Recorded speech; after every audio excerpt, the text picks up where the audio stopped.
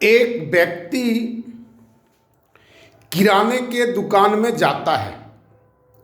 वह अपनी आवश्यकता के अनुसार सामग्री लेता है और किराने के दुकानदार उससे एक पैसा भी नहीं लेता है। एक सिचुएशन ऐसा।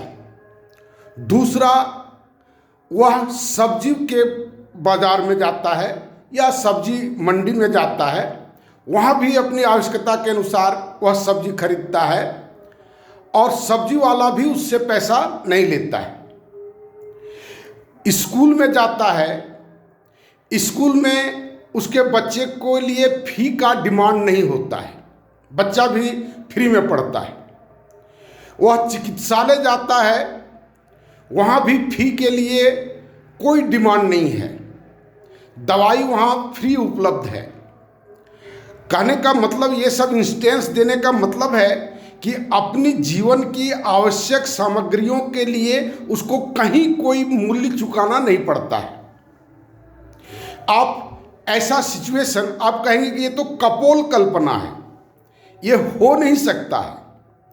आज 80 करोड़ आबादी को हम 5 किलो चावल, गेहूं, चना फ्री में बांट रहे हैं। और वो जो हमारा जो पहला सिचुएशन जो हम बताए, उसमें प्रत्येक व्यक्ति को 6 घंटा काम करना है।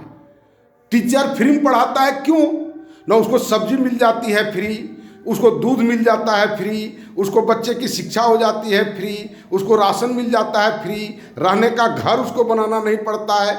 और इस तरह से एक वर्क का और उसका उत्पादन का एक नेट बना हुआ है, एक चेन बना हुआ है, एक नेट बना हुआ है। सबको एक दूसरे के लिए काम कर रहा है और सबके उत्पाद को एक प्रॉपर वे में डिस्ट्रीब्यूशन की व्यवस्था है। आप कहेंगे इतना बड़ा स्केल पर, इतना बड़ा स्केल में असुविधा जरूर होगी, ये बात तय है। लेकिन अगर एक गांव के पैमाने पर आप सोचें, देश का एक सबसे छोटा यूनिट एक विलेज है और विलेजों की संख्या 6,40,000 पूरा देश में है।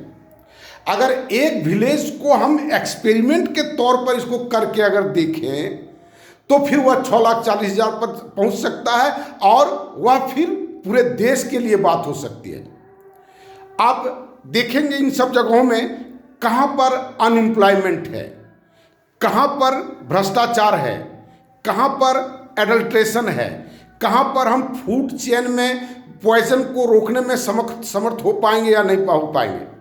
इन सब बातों को अगर गहराई से आप देखेंगे तो करते हम वही हैं, वही करते हैं। सब हम लोग एक दूसरे के लिए ही उत्पादन करते हैं और जो उत्पाद होता है वो एक दूसरे को बांट करके खाता है। बीच में एक दलाल है करेंसी का और एक दलाल है ये सिस्टम का। ये सिस्टम उथल पुथल करते रहता है चूंकि वह व्यवस्थित नहीं है। इसलिए इन सब बातों को गंभीरता से आप सोचें और एक हिम्मत करें।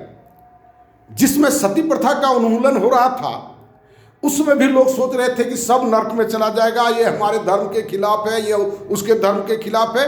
और कल्पना कीजिए ना, जिस औरत को जलाया जाता होगा और उसको जलाने वाले आदमी वो मनुष्य थे, सनातनी थे या राक्षस थे। आप सोच करके देखिए। ठीक उसी तरह के ये जो व्यवस्था जो है अभी समाज में चल रहा है, इस व्यवस्था के पक्ष में जो उसको लगता है कि ये व्यवहारिक है और आने वाले समय के लिए वो काल्पनिक होगा या क्या कहते हैं कपोल कल्पना होगा, सोच करके आप देखिएगा। ठीक उसी ढंग का कष्ट है जैसा पहले लोग उसको क्या करते थे। बाद में जब लोग इस स्थिति में आ गया तो लोगों को लगता था आदमी उसमें कितना अत्याचारी था, कितना दुराचारी था, एक जिंदा आदमी को चिता पर जला देता था।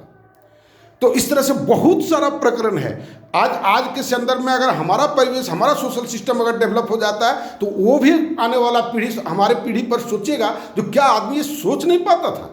वही तो 4 गो रोटी खाता है, वही तो आधा किलो दूध पीता है और क्या करता है, 2 कपड़ा पहनता है। 60 साल में 60 जोड़ा कपड़ा हो जाने से, 70 जोड़ा कपड़ा हो जाने से उसका जीवन गुजर जाता है। रहने के लिए मिट्टी से बनता है घर, ईंट हो चाहे सीमेंट हो चाहे जो भी हो। और इतना पर्याप्त मिट्टी है, लोग व्यवस्थित नहीं कर पाता था। क्या लोगों का दिमाग में दिवालियापन था? ऐसा आने वाला वक्त का जो व्यक्ति होगा हमारे समाज में वह सोचेगा और यह बहुत बड़ा महान कार्य है। जहाँ पर भी, रोज़ ये बात हम कहते हैं, जहाँ पर भी जो कोई व्यक्ति हैं, मेरा वीडियो अगर उनके पास पहुँच रही है तो ज़रूर इसको शेयर करें और ज़रूर सोचें जो आप क्या कर सकते हैं, हम क्या मदद कर सकते हैं और क्या प्रोग्राम है। जो नहीं देखें वो देखें। माई न्यू सोशल सिस्टम इसी चैनल पर है। इसमें जैसे आप देखेंगे, देखिएगा यूट्यूब आएगा, यूट्यूब में दबाइएगा, मेरा चैनल खुल जाएगा, उसमें माई न्यू सोशल सिस्टम लिखा हुआ है, थंबनेल बना हुआ है, उसको आप देखें, गंभीरता से विचार करें और ज़रूर अपने भविष्य के लिए, अपने बाल बच्चों के भविष्य के लिए उठकर खड़ा हुए, नहीं तो बहुत बड़ा आपदा आने वाली है। और जितना जल्दी हो मेरे साथ आप जुटने का प्रयास करें। धन्यवाद।